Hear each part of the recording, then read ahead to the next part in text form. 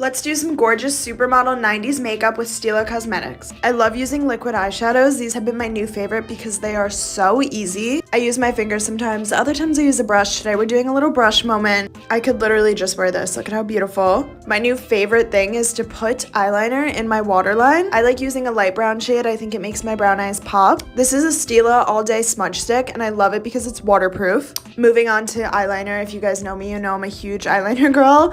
Literally every day, can't leave the house without my eyeliner. This one's super easy to use. You guys can see the tip is super fine. I couldn't choose a color, so I had to put some brown on as well. This is smudge proof, transfer proof, and long wearing, also waterproof, which I need for class. Adding a little gold shimmer because why not? This is in the shade Copper Lake, and again, I just feel like the gold goes best with my brown eyes, so I always lean towards gold and browns.